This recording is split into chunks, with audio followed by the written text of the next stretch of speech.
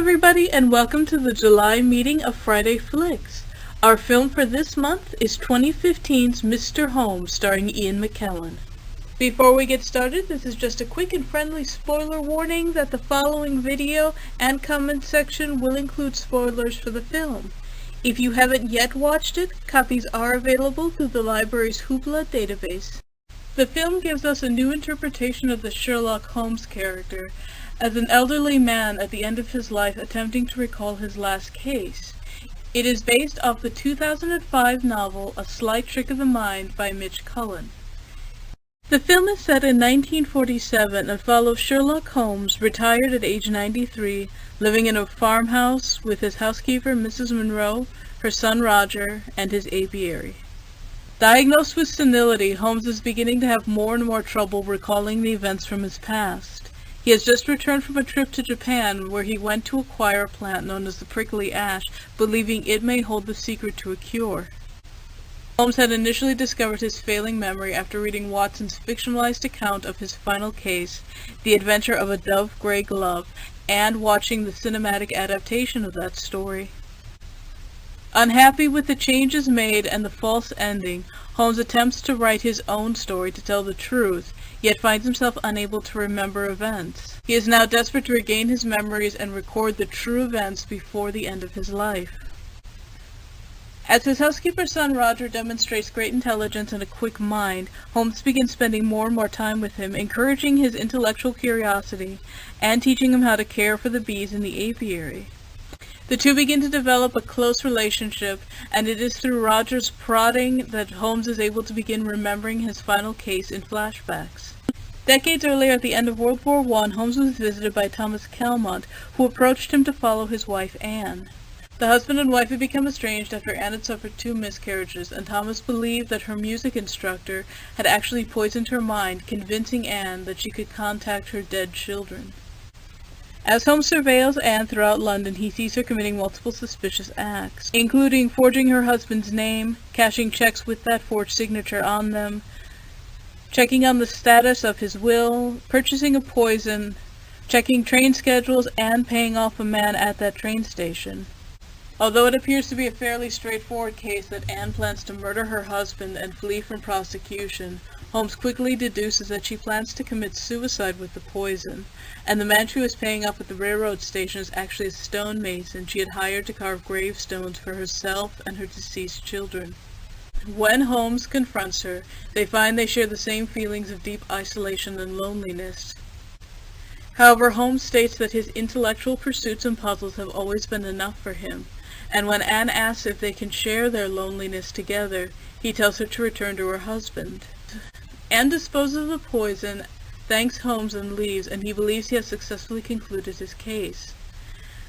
However, he later finds through a newspaper article that she did succeed in committing suicide by throwing herself in front of a speeding train. Realizing how badly he had misjudged Anne and the situation, Holmes falls into a deep depression, and Watson, returned to care for him in his time of need, discovers the details and writes up the case as The Adventure of the Dove-Gray Glove.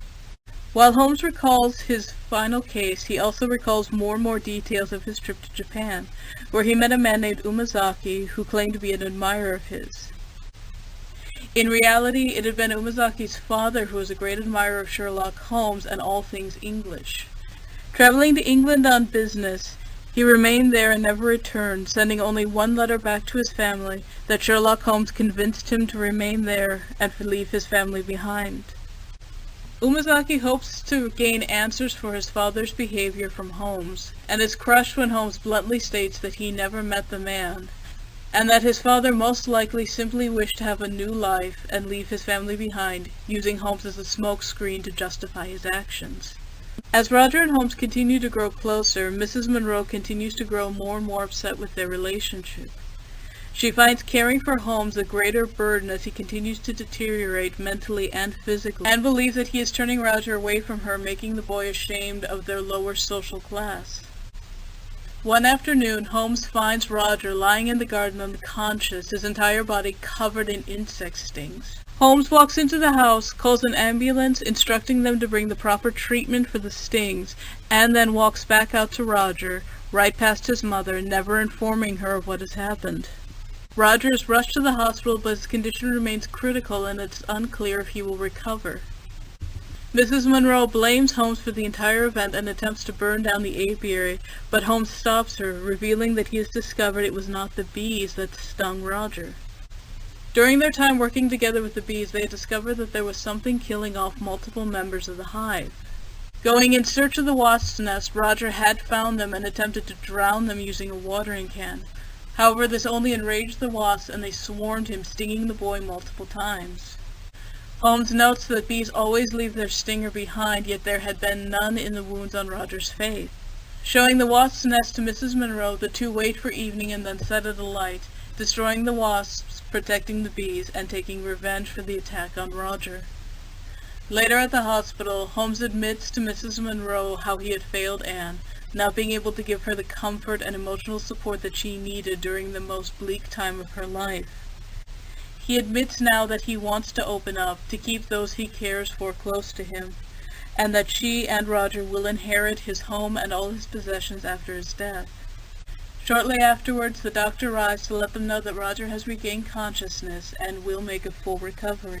Elated by the good news, Holmes decides to write his first piece of fiction, drafting a letter to Umazaki claiming that he now remembers meeting his father. Holmes claims that the man worked as a secret agent for the British Empire, serving with great honor and distinction, and that he had advised the man to write a letter to his family claiming that he was remaining in London for business as a way to protect them from any potential fallout from his work. As the film ends, Holmes sets up a ring of stones, each symbolizing a lost loved one, and uses it as a place where he can recall and commune with them. Reading through the reviews for this film, the main complaint seems to be the slowness of the pacing, that nothing really ever happened. Though I enjoyed the movie overall myself, I have to admit I can't see their point. There are no real action scenes, and most of the conflict in the movie comes from internal psychological examination, rather than a straightforward external mystery. However, perhaps that's the point. In the film, Sherlock Holmes is 93 years old and at the end of his life. With senility setting in, he's lost the edge that kept him ahead of most other people throughout his lifetime. Though years before he had suffered from loneliness, now, with all of his friends and family having predeceased him, he finds himself truly alone, without even the chance for reconciliation. However, rather than be overcome by bitterness for all he has lost, Holmes still reaches out to those around him, forming relationships with his housekeeper, Mrs. Monroe, and her son, Roger. As he grows closer to them, he finally learns the lesson he had been lacking years ago, the ability to open himself up as a vulnerable person, offering comfort to those who need it and accepting their comfort in return. And that is a lesson we can all take to heart, to mend the relationships with our loved ones while we still can, and to always remember that no matter how old we are, whatever our circumstances, it's never too late to forge new relationships, to find connections to new people who will become our friends and our family. But these are just my thoughts, and I really want to know what you guys think. Were you a fan of the film? Did you find it interesting that it took more of a psychological approach, dealing with emotions over logic, or would you prefer a more straightforward Sherlock Holmes mystery? Which version of the Sherlock Holmes character is your favorite? The original stories by Sir Arthur Conan Doyle or one of the more modern interpretations? Share your thoughts and opinions in the comments below. I can't wait to hear what everybody thinks. Don't forget to stay tuned to the library's website and social media for more information about our upcoming programs. We got a lot of great things planned, and I can't wait to see everybody at the next one. Bye!